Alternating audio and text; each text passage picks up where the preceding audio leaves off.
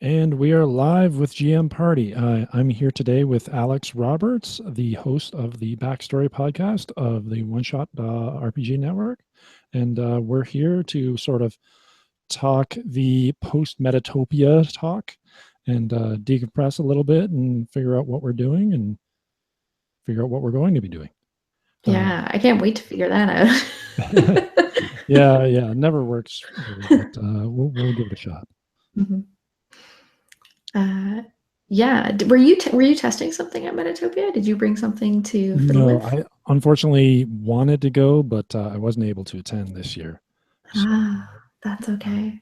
Mark There will be Richardson other was really times. pushing it heavily, and he made it so enticing, but I just couldn't make it. I had some family stuff that I had to deal with. Yeah, life, right? You Yeah. can't hit them all. It's really hard to figure out like which conventions are worth the like amount of fun versus like how much it costs and how like stressful it is and like I only have so many vacation days or whatever and yeah, it's not easy. You can't do them all. Yeah, the I got into the sort of idea of going to Metatopia because of GMParty, um, and that was maybe only a couple of months before Metatopia, and that's just not enough leave time for me to work new things into my life. Mm-hmm. But hopefully next year it should work out nicely, and I'll Yeah. be able to make time for it and meet everybody in person. Yeah, I mean that's like one of my favorite convention things is just getting to say like, oh, such and such on Twitter. Oh, like we've been speaking on Google Plus for like years and now we finally meet. It's a Yeah, wonderful well, feeling. it's really nice to connect online, but in person is another thing entirely. It totally You is. get that weird in person, I know you, but I've never actually physically met you awkwardness. Yeah, yeah. It's like I recognize you. Do you recognize me? Oh no. This okay. Oh, are we good? Yes. Do you look like your avatar or not? Yeah, I know. Like, I respect there's so many good reasons to not have your face as your avatar, but like, if that's the case, I do feel like you should carry like a little mask with like the picture of the frog or whatever that you have. Well, It would be very helpful. I used to be I used to have the Nick Twitch on Twitter, which Mhm. was really problematic when Twitch TV launched. Um, So I gave that up, but at that time I wanted a hat that had like at Twitch written on it. So that would have been great, but yeah, but then Twitch comes along. yeah, and having at Andy Berdan is not it's too long. Doesn't have the same, yeah, feel the same ring to it.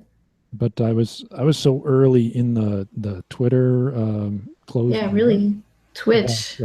I looked at lifetimes of accounts, and I missed out on actually snapping up the at AB account by 1 week. I literally could have gotten it, and it was registered like a week after I registered mine.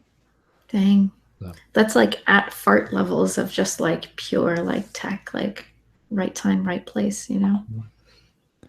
anyway, so let's. The whole thing about GM Party is that we talk about games that we're making and problems we run into while making the games, or even just come up with ideas.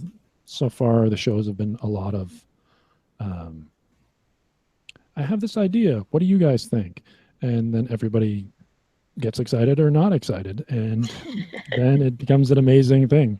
Um, so I'll get started then. Yeah, yeah. Toss Um, something at me, and I'll just set it on fire. I'll just yeah. tear it apart. That's what I So do. I'll start with like one of my crazy newer ones that I have not. This is not the right file. Oh crap. um, yeah, one of my crazy ones that I haven't built out yet. So um, I'll start with a bit of backstory. Um, so I have this campaign that I run. It's a Monster of the Week campaign, like literally the game Monster of the Week. Mhm. Um, the all the main characters in all the player characters in the game are members of a band. So it's like a Josie and the Pussycats kind of experience. It's I'm in. really, um, there's only there's only one episode up so far on the Indices podcast, but I have one in edit queue. I'm really slow at editing. But I went ahead and sort of to inspire the players, built out playlist for the band. So like, building out on Spotify and like finding the kinds of things that Mhm. were really inspirational for them. And then as people came into the to my place to play the game, I had it playing in the background just subtly, and the same kind of music that the band would play. And then I started thinking that I had a lot of fun sort of curating this sort of playlist. So I built a social media page for the band and built out a Twitter profile for the band and all this extra Yeah. stuff for this fictional band that doesn't exist except for in the game itself. And this was entertaining enough that I thought, well, this part could be a game in itself. Mhm. So I was starting to think of how I could sort of make that into a game. And I came up with an idea of it's almost like a play by email kind of experience, Mhm. um, where and sort of even like a collaborative wiki kind of experience or something, where you would have um, this sort of shadow social media network that would actually be populated entirely by fictional characters. And you'd play this game through this, I don't know, a bunch of Twitter accounts that had special tags or something. Mhm. I have no idea exactly how I'm going to make it work or how it's going to cohesively go together, or even if this is just something fun. But that's the core. That's where I'm at. To me, what I really like about it is the possibility of, like in the band example that you mentioned, I really love the possibility of there starting to be fans of the band, and then there become people who don't know that it's a game where they do on some level, and they get like the band t-shirt and they even like talk about it IRL as like, oh, you haven't heard of these guys. Yeah, they're like so underground they actually haven't even released an album. So like that's really appealing to me. The idea of playing something that is pervasive online, and so you actually incorporate people who don't realize that they're playing the game and like their response to things. That is a very appealing idea to me. Like I like the idea of this being on like a public Twitter account. Mm. Yeah, the one other idea I had to go along with it, and that just sort of coalesced just now. Mm. I had sort of a hazy clue there, but sort of wrapping the band experience up into uh, performances, and that those are this is how this works with the Monster of the Game campaign. Mm. Is that they play the game every week, or well, not that often, but we play the game, and then something happens in the game, and that becomes canon, right? Uh, they go to this gig, and something happens with this gig, and they deal with this monster, or these vampires, or these, I don't know. The first episode was it was a modern day siren that lured airplanes to their doom. So that was so that became sort of what the band experienced. They went to this particular place and sang these particular songs at this dive bar, and Mm. uh, being able to sort of schedule a show in the shadow Twitter, so to speak. Um, Being able to schedule a show, and then the actual show is maybe even a LARP experience. So Mm. people could show up at the show, and there's the band, and or you could be the band at the Mhm. show. you have got to find, and if you can possibly somehow play Slayer Cake by Evan Torner and Kat Jones, which is a LARP about being about being a bunch of metal bands at this battle for the bands. And so you go off into little groups and you have like there's like a hair metal and like a glam rock and like a black metal band. And so you form all these little bands and then your whole thing like you don't actually perform music obviously. Your whole thing is just like describing how cool your show is because you're like so into like the metal aesthetic. And so I had a friend who was in this like really intense like super gothic metal thing. And so one of the women in the band just like played a bunch of beasts that were kept in cages and she was like whipping them. And they're like their growls were like the music. And anyway, so the whole thing is about describing and then like enacting sort of this performance.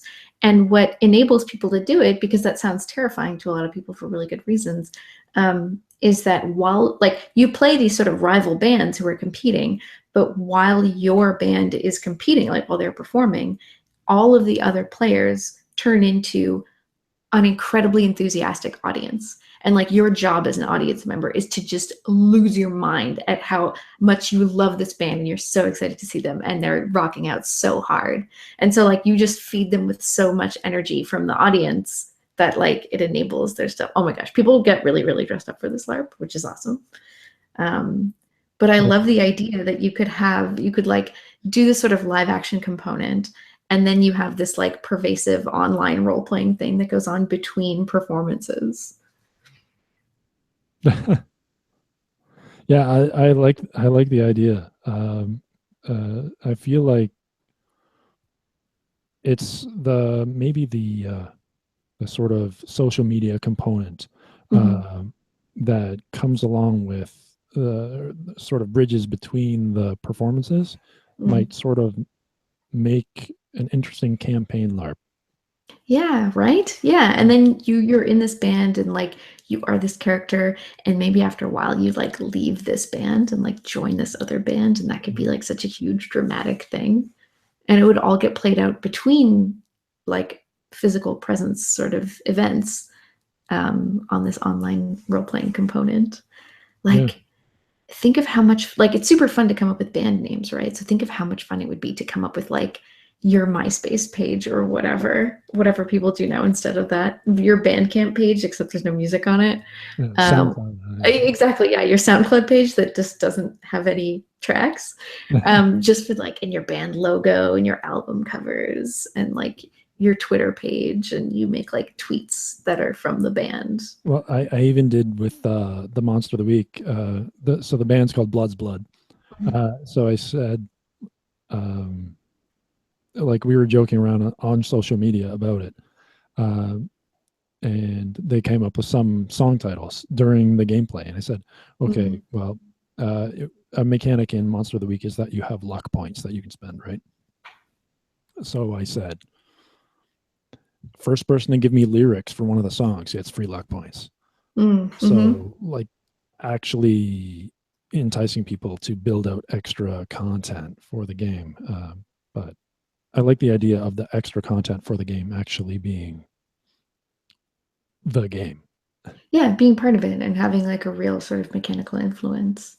Mm, I think there's so much of this happening informally, of people playing like the between game or the meta game or whatever, like building relationships or like doing some small role play things just over email or like in their forums or whatever, or in person, people just saying like, oh, at our next session, I'm really excited about this that's happening to our characters. Let's make this happen. Like that's kind of like you're still playing the game, we should design for that. We should consider that. yeah, absolutely.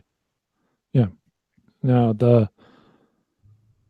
I guess what I'm down to now is that I'm a rookie with LARP design. So actually building something around a LARP component Mhm.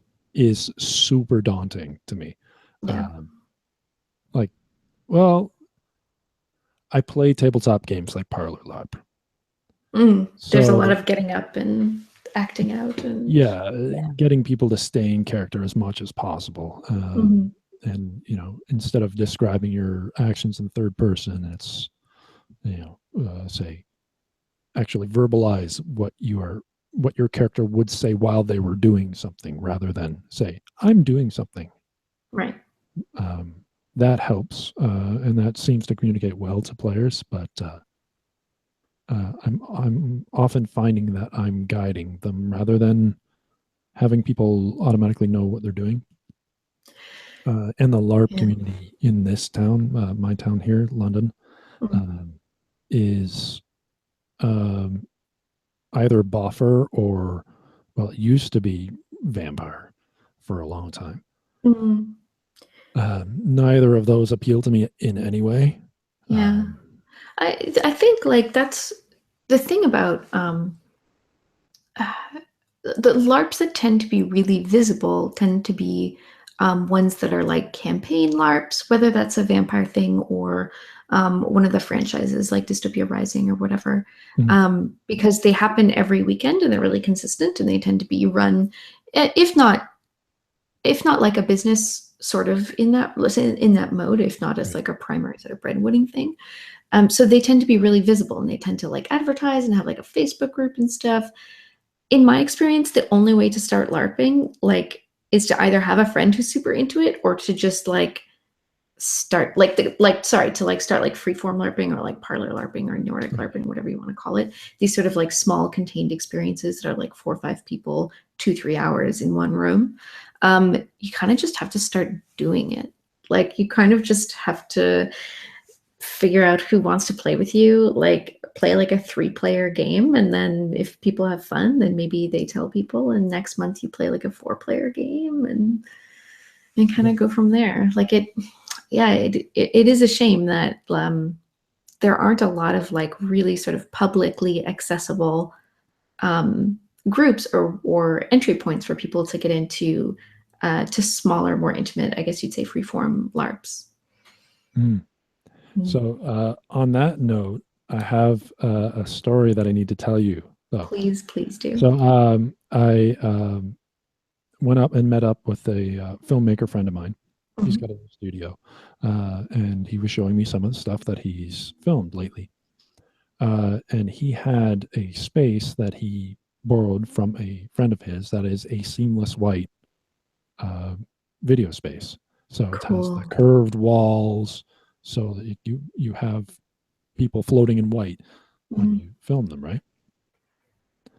So one of the ideas I had, and I've sort of talked with Jason Morningstar on this, uh, is to run a game of his The Climb mountain climbing LARP Mhm. in a seamless white space and film that. Oh, yeah. So I talked to my buddy who has all this filmmaking stuff. He's won all sorts of filmmaking awards and all sorts of fancy shit. And Mhm. it's going to happen at some point. That's really, So really exciting. that'll be pretty cool. So it's interesting because like there's so much prep that goes into making a movie, right? You, Mhm. like I did a little short film that ended up being 3.5 minutes, and it took like 8 hours of filming and Yeah, and like a 10 year hours of of your editing. life to set up for and finish, yeah. It's just so much work. Yeah. But it's really appealing to be able to just say, well, we're running this game for an hour and 15 minutes, and at the end of it, we'll have some footage and we're done. Uh, Mhm. and with any luck, we can just set up a crap ton of cameras and just cut between them, and we'll have something. Yeah, right? Like even if it's only 2 minutes long, it could be really, really cool. And then you'd have something when you say like, here's this weird thing that I do, this super cool, amazing thing that I do that may be unfamiliar to you. It'd be nice to have something to point to and be like, it's kind of like this. Because right now, the LARPs that there's a lot of footage of tend to be either really old school buffer LARPs in which people are really obviously having a good time, but it's kind of like it is your thing or it isn't. Right. Or there are these like really, really high production value, like gigantic, high budget Nordic LARPs, which is like they're amazing and cool, but that's not the LARPing that I do most of the time. That's like a once a year thing for me max. And so it makes it hard to explain, right? Like, hey, it's so cool that this huge thing in this gigantic castle in Poland happened, and it was really cool, and a whole weekend, and the costumes are amazing. What I mean by LARP though is like me and like three people, and we're just gonna play for an hour and then talk about it for 2 hours. Like, so anyway, so it'd be really, really nice to have something to point to that explains like American Freeform, for example. This is what that genre kind of looks like. And that sounds like an ideal space to play the climb in. That would be Oh, awesome. yeah, we'll run some good audio and get that storm going, and Hmm. it'll be. I think it'll be pretty strong. Yeah, It's just a totally. matter of scheduling people. Yeah. And like doing the sort of upfront work to allow people to be comfortable in front of the cameras too. Mm. Um, I played in another Jason Morningstar LARP called Apportionment, which is set in Sarai, which is a sort of space Middle East. And it's basically like a slightly science fictionified version of what happened in Paris in 1919 after the First World War, where a lot of people with not a lot of skin in the game were making decisions about what was going to happen to a lot of people in a very politically tense and unstable situation. So people were doing that, and so I wasn't a diplomat or like a person with economic interest or like a representative of a religious group. I was a reporter, and I discovered that taking footage of people like having their discussions and trying to stay out of the way and be unobtrusive really like made people feel uncomfortable and like kind of like they would like adjust themselves and like feel kind of weird. But when I shoved the camera directly in their face and said like, this just happened, how's your faction going to respond to the actions of so and so? Do you believe that it was the fault of such and such that this happened? Like, what's your take on this? People really responded to that. They fucking loved it. They responded just like, it made them like more sure of themselves and their character. It allowed them to like articulate their beliefs, and they said a bunch of inflammatory stuff that I could then run to other characters and like spill the beans on them. Be like, so and so just responded by saying this. Are you going to put up with that? So it allowed me to fan the flame. So, Do you have a so comment? yeah, exactly. Yeah. What's your comment? Do you have a comment at this time? Yeah. So yeah, filming LARP is such a strange and delicate thing. Like you really do change Yeah. it by the act of filming it. Very much so. Yeah. Well, I've heard it sort of described as there's no audience really in LARP. The Mm, audience is the participants. yeah. So actually being able to introduce the possibility of an audience that's non-interactive is very different. Yeah. Especially because it's an audience that is non-present. Mhm. Like I think even if you were viewing a LARP, even if if you didn't take on a character or whatever, I think you would still be participating in it in some way, as we're like being viewed, being recorded. Um, I don't know, something about it changes people's behavior. But there's lots of actual plays of tabletop games. So just because it changes people's behavior doesn't mean that it ruins it or that it changed their behavior for the worse or that it Yeah. wrecks their experience. Um, it just means that you're going to get something different than what you would have gotten. So you have to be kind of intentional about that. Mhm. Anyway, that's my stories. Um, so you mentioned that you brought something to Metatopia. Yes, I did. I brought basically my first role playing game, like analog role playing game, to Metatopia, which is something that I've been thinking about and talking about and kind of half working on for, I don't know, 2 or 3 years probably. Just kind of letting it simmer. And uh, I've had many conversations about it, and every time I do, people get really excited at the premise. Um, it's basically a hack of Dread in the sense that you use a Jenga tower, Mhm. um, but instead of encapsulating the feeling of dread, you are trying to use the tower to represent a feeling of tension. So that means uh, the tension between the two characters, that they have feelings for each other that they're not really sure if they are going to act on, or if the other person feels the same way. So there's that kind of tension. But then there's also inner tension between I have these feelings where I want something, but I don't know if it's right. So it's the game of will they or won't they, and your unsureness about the will they or won't they is expressed by this increasingly shaky, wobbling tower. And when you do certain things, you have to things that could up the level of intimacy or attraction in the relationship. You have to pull a block, and if the tower falls at the wrong time, things go very badly for you. And even if the tower falls at what might be called the right time, maybe you're getting what you want, but maybe it isn't what you think is right or what you know is right for you in the long run. And maybe it just feels like the right thing. Anyway, that's a very long pitch, but basically it's a game where Jenga symbolizes sexual tension. And I had so much fun running it at Metatopia. All my players were awesome. They were super engaged, very creative, and um, it was just incredible. Like I feel like I said, I've been thinking about this game for years, and I feel like I've made this much progress with it. And then in one weekend, I made this much progress with it, and I feel like it's a totally different thing now, and I'm so excited. That always seems But to happen whenever I talk about anything on this show. but like now I have all this feedback and I learned all this stuff about what my game actually is and what it actually means and Mm. what I need to emphasize and what I need to say up front and ask of people. And it's so intimidating to actually jump back in and work on it.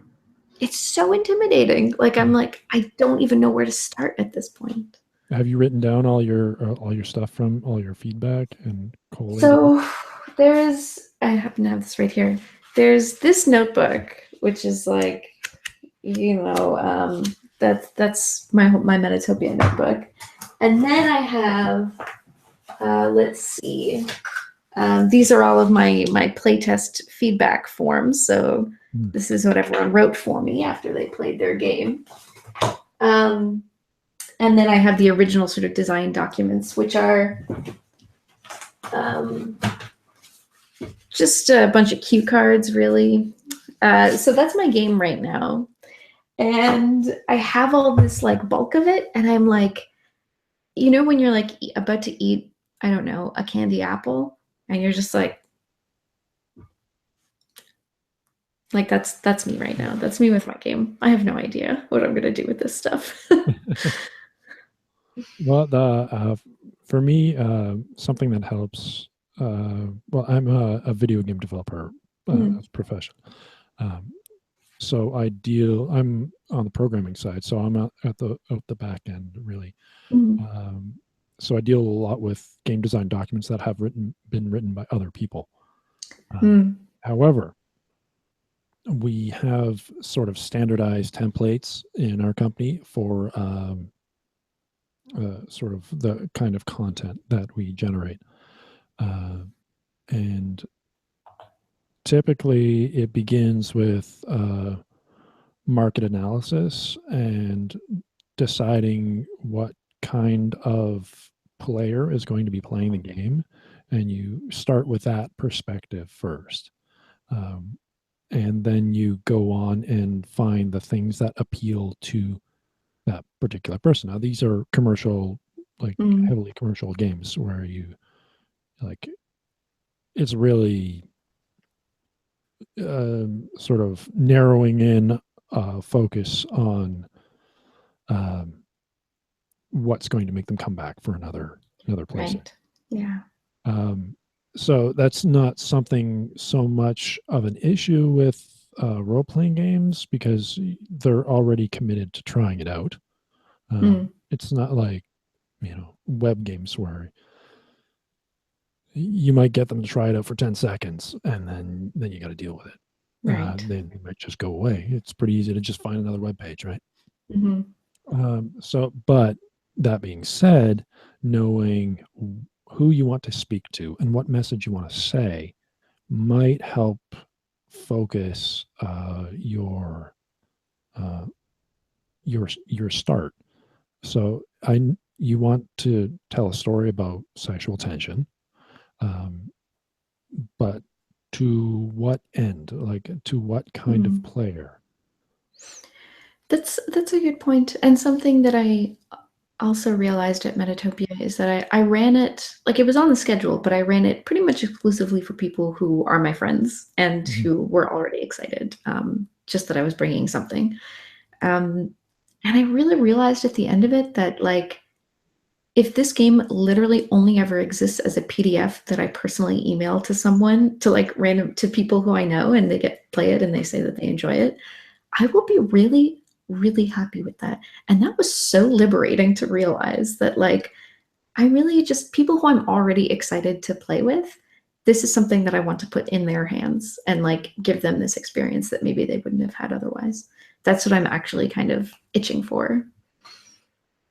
Cool. Yeah, you're right. That's a good focus. Well, yeah, exactly. Well, if you want, well, you have some pretty good examples Mm, of the players you want to like your game. It's for your friends, right?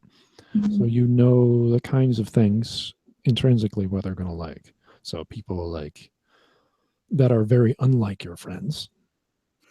Uh, you don't necessarily have to appeal to things that would appeal to them, like for instance, heavy action. For instance, I don't know. I'm just Yeah, trying to yeah. figure out I what. don't need to attach a combat system onto this. Yeah, Yeah, totally. exactly.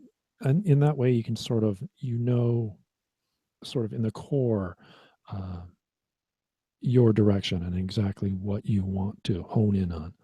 Hmm. Um, might help to make those decisions. And as far as getting through all those notes and feedback and playtest stuff, um, it's really a data entry thing. Uh, put Yeah, it you're totally into right. put it into a spreadsheet, tag things, try and organize them. Hmm. Uh, if you can assign sort of values to feedback, like this is a really good point. I want to get back to this. Or Right, yeah. this is a suggestion. If I have time, I'll revisit this. This is good for version 2. This is good for maybe another game idea that is on Yeah. the back burner that I might be able to apply this to. Um, just being able to sort of rank, not exactly rank, but assign like a utility value Yeah, to totally. different Like, pieces of how much feedback. do I need to pay attention to this? Yeah. How much is this? Because there's always going to be people who have advice for you about your game that is for the purpose of making a game that you're not making, right? If someone says Absolutely. about your game that's about like that's about romance and they're like, I don't know, it's this here's some ways you can make more action packed. You could be like, okay, well, that's a legit suggestion, but I don't need to Romance do you this. get poison and suicide, and well, it's not the maybe not the game you want. Right, right. Or like, I'm making a game for kids, and they're like, here's how you could really make it a lot darker and grittier. You can be like, Right. cool, good, thank you, but I don't need to pay that much attention Yeah. to what you're after. Yeah, yeah, definitely. I think it's gonna be just I think you're right, like getting it all together, because I have sort of standard questions that I ask. And the last question is like, anything else you got? Mm. But I did start to notice because I ran like one, two, three, four, five playtests. Um, I started to notice some of the same things coming out. Like people were asking for clarification on the same things, and people were like, were confused about the same parts, or were like, um, some things clicked instantly, and some things people would say like, what did you mean by that? Or like, what do you mean by acting on my feelings? Or what do you mean by scene structure or framing or whatever? Mm. So I know that I wrote all of those things down, but I just want to be able to scan and be like, what did I write down 5 times? Like what did I write down every single time that I played it, or that I ran it? Um, and so that I think would help me focus tremendously. Some of it is just finding the time too. Yeah, absolutely. Yeah. Well, I want to give you one term that my wife uses at her work. Mhm. Um, my wife works at a web dev company, and they have this metric for determining a priority in their company, Mhm. um, and it's literally how many fucks are given. So if you really care about something, it's lots of fucks. If you don't, it's like zero fucks. So it's a good way of sort of figuring out how much somebody really cares. So Yeah. how many fucks do you give to this particular piece of feedback? Right, I think you right. need to have that entry in your spreadsheet right there. You know what I'm You saying? can have like a color coded sort of fucks level. Yeah, yeah, Yeah, absolutely. totally. I think that would be Yeah, very useful. yeah. I think we have officially broken the swear word metric on this. Oh, yeah, I probably did that really early on. Sorry, I just. No, I was on the fence about this channel in general, whether I was going to do cursing or not, and Mhm. like, eh. You know it feels right. Yeah, That's fine. sometimes it just feels right. Um, there's another thing that came up in my head that I wanted to say, but I forgot. That's Anyway, cool. yeah. So yeah the oh, I remember what it was. Have you heard of the Dread Gaius of Duke Volku? No, I have not played it. Well, I've heard of it, but I have Okay, not yet played it or I even read ran it it. last weekend. Okay, how did it go? Tell me everything about it. Okay, It's very so relevant. it's the number of players is way more fluid. So Mm, with Dread is that it with the storylines and questionnaires and scenarios that they have, it's yeah. really only for like 5 or 6 players. Doesn't really work for other counts because you have different tensions with different characters that sort of play off each other. Duke Vilku is much more fluid. You have the person who runs the game is the Duke, Mhm, and the rest of the players are the companions of the Duke. So it can be any number of companions. There are sort of questionnaires that behave like Powered by the Apocalypse playbooks. So mhm. you fill out these questionnaires. They're much more minimal. You have than Dread. Yeah. You have 4 questions, I think, might be 5, that you just answer yourself.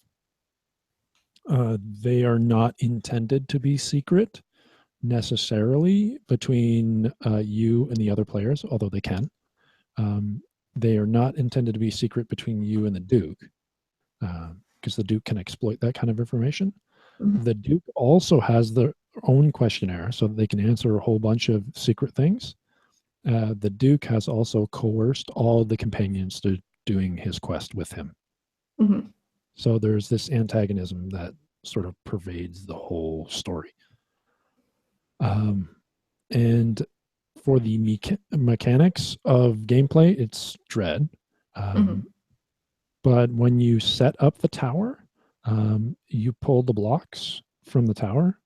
You know how it's like 3 blocks per person kind of deal Yeah. to Mhm, sort of get it into a state that it's a little shaky.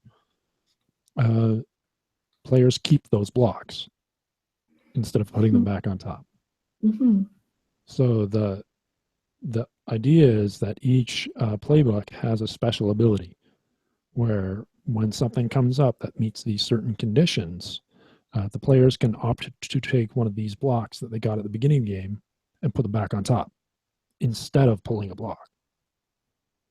So, Oh, I see. right. Yeah. So they have that advantage of when you ask me to do something that is related to stealth, I can just put the block back on top instead of having to risk as Mhm, much. right. The other thing is that it keeps players who have been knocked out in the game as ghosts. Yeah. They're not Right. as active though. Mhm, But what they do is um, they screw with the other players. So it's again more antagonistic competition stuff, which might not fit. But the one challenge that might be interesting is that they can say to another player, instead of pulling a block, here's a block from my cache, and you have to put it back in the tower somewhere, like not at the top. mhm. So in an empty spot somewhere in the middle, which is kind of brutal. That's astoundingly difficult. Yeah. Yeah. and it can be pretty evil. But This is very compelling to me.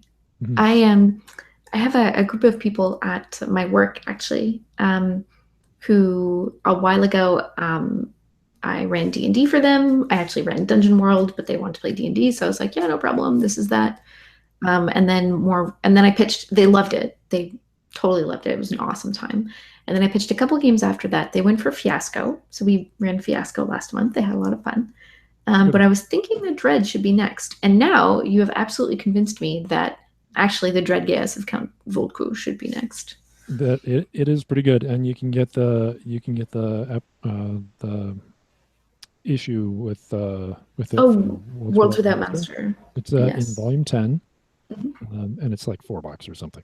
Yeah. Um, but there is no story to speak of whatsoever, just the little questionnaires which have nothing to do with the quest.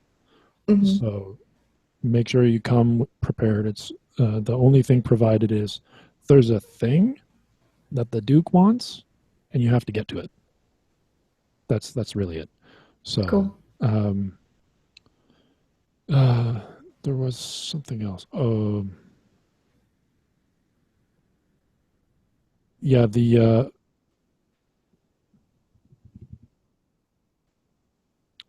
was something else. I don't know. I lost my train of thought. It's fine. That's fine. It happens. But there was another game that I ran that's it's it might be good for new players, but it's called Soth. Have you heard of it? Mm-mm. So the it's pretty crazy. It's like a 3 session kind of game Mhm. rather than a single session or a campaign. It's pretty much three. All the players play cultists, trying to bring Cthulhu back. Basically, they call it Soth.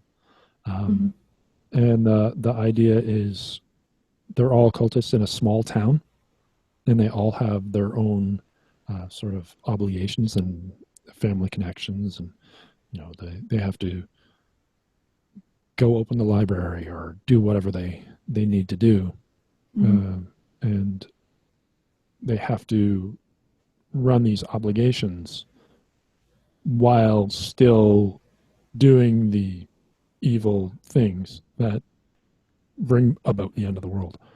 And the interesting thing about that is that anytime they screw up their obligations or even talk to each other across the table when their characters aren't present, so like table talking is not allowed unless they're actually there with Interesting. each other. Mhm. If they do that, the GM gets points, and the GM gets to spend these points on different things, sort of Mhm. like uh, GM actions in apocalypse games. Um, well, I guess they don't have points, but um, the and what the points allow you to do is elevate NPCs that have been established in the story to investigator status. So, like Arkham Horror, Cthulhu kind of investigators Mhm. um, that uh, make the characters' lives worse or mess things up and play around with things. And there's a whole list of actions you can do. It's super fun uh, and super dark. So if you want something that's like gets that really horror stuff going, Mhm. it's a good one. Sloth. Yeah. I dig I, it. I only bring it up because I ran that this weekend, past weekend as well. And it went well. And Yeah. was it your first session? The I've run soft before. Mhm. Uh, just a warning, it's the book is difficult to follow because there's some rules that are only really talked about on the handouts that are given to the players. Interesting. So you have to read everything Right, a few times. right. That can happen. Yeah. All right. Hmm. Well, I have some ideas for my I don't even know what to call it. The social media. extravaganza, so to speak. Yeah, Yeah. I liked it. You said like shadow Twitter. Yeah. And I like the idea of a collaborative wiki too, because that to me is very like story gamey. The idea Mhm. that we would all collaborate on a wiki but it's of something fictional. I That's feel really like it cool. would be interesting. Sorry, what was that? I just said it sounds really cool. I feel like it would be interesting to have all the stuff that's built out from the shadow Twitter um, automatically pulled into the wiki, and Hmm. so you could maybe even link it up with tags and mentions of other people in the thing, and it would still work in Twitter. Yeah, totally. That could be interesting. Yeah. Yeah, yeah, Thank you for this reminder to like address this huge pile of papers that's on my desk and get yeah. back into tension. It really is wonderful to have someone like to have a bunch of people and to your face who have made games that you love be like, this game is fun and there's a lot of work to do, but like you should keep at it. Absolutely. Um, so I that was really inspiring. But then I kind of came home and life attacked. So I haven't really spent any time with it since then. So it's a good reminder that it's just a matter of just chipping away at it like anything. Yeah, I need to take my own advice too and just keep chipping away at That's the it. thing about advice that you give. It's usually advice that you also need, in my It's true. experience. It's true. I have this problem of coming up with new ideas and then not doing anything with the old ones. And it's like, oh, that's a cool idea. And then you just watch it float away. That's because ideas are so much more fun than work, right? Like making something is work. Coming up with stuff, those Yeah. like, just like shower, like, oh, brilliant, amazing. Like that's a great feeling when you don't have to think, when you don't have to figure out whether or not it works. That's way more fun. Yeah. But then you don't get to actually make them a reality. So That's true. That's true. it's a trade-off. Yeah. I think the excitement of making the climb movie is probably going to Yeah. carry that through pretty good. I Yes. think that one will happen pretty That would quickly. be wonderful. I feel like everyone would really enjoy that. Yeah. Yeah, And the I was talking to Jason on Twitter about it, and he was saying that some people in Toronto filmed it in a park and did it live in a park at one mm-hmm. point in the cold. Yeah, well, of course, yeah. Yeah, God, that would be brutal, yeah. but It's fun. but yeah, seamless white room I think is sounds a lot more comfortable. Yeah, yeah. You can control the heat theoretically. Yeah. Well, you definitely have to bring parkas and stuff and ski Oh, goggles yeah, and yeah, that whole of business. course. You want the verisimilitude or whatever the word is. I think that's the word. Oh, good. All um, right. yeah, I feel like this was a really nice chat. Thank you so much for having me on. Absolutely. Yeah. Thank you for your input as well. You have any more stuff to say since Um, capped it I all? guess I should be like, hey, follow me on Twitter at Muscular Pikachu. You can also listen to my show, which is called Backstory on the One Shot Podcast Network. So you can go to oneshotpodcast.com and find it there. I've also been doing like a lot of freelancing for other people's games, doing writing and that kind of thing. So if you ever have needs in that way, get at me. We could chat. It'd be fun. Perfect. All right. Okay, cool. All right. Well, we'll see you around, I guess, on Twitter. Yeah, that's right. See you on the internet. Okay. Bye bye. Bye.